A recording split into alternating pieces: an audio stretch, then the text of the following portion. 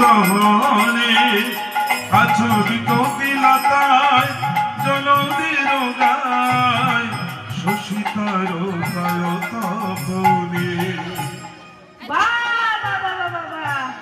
তোরা তো দেখছিস সেই কীর্তন আসরে গিয়ে সব মুখস্থ করে ফেলেছিস।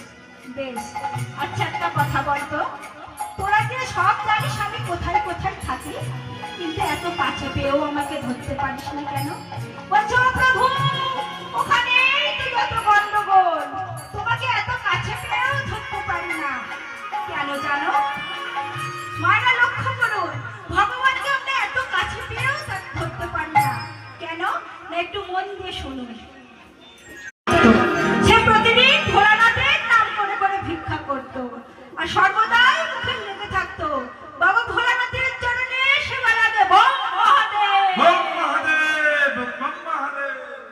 কিন্তু মায়েরা লক্ষ্য করবেন, চৈত্র মাস এলে অনেক সন্ন্যাসী আছে, সবাই ভোলানাথের নাম করে করে ভিক্ষা করে, কিন্তু এই ভক্ত প্রতিদিনই ভোলানাথের নাম করে করে ভিক্ষা করে।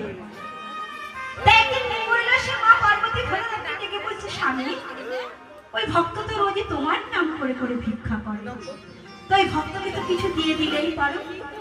বলছে পার্বতী, ওই ভক্তকে যদি আমি কিছু দিই সেটা ওর কপালে সহ্য হবে না।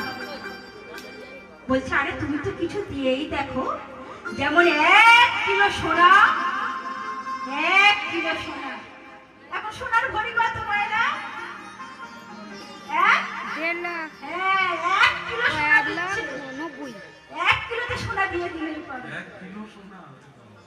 বলছে আমি যে কিছু দেবো ওকে, ওর কপালে সেটা সহ্য হবে না। বলছে আরে কিছু তো দিয়েই দেখো, তারপরে তুমি বলবে ওটা সহ্য হচ্ছে কি হচ্ছে না।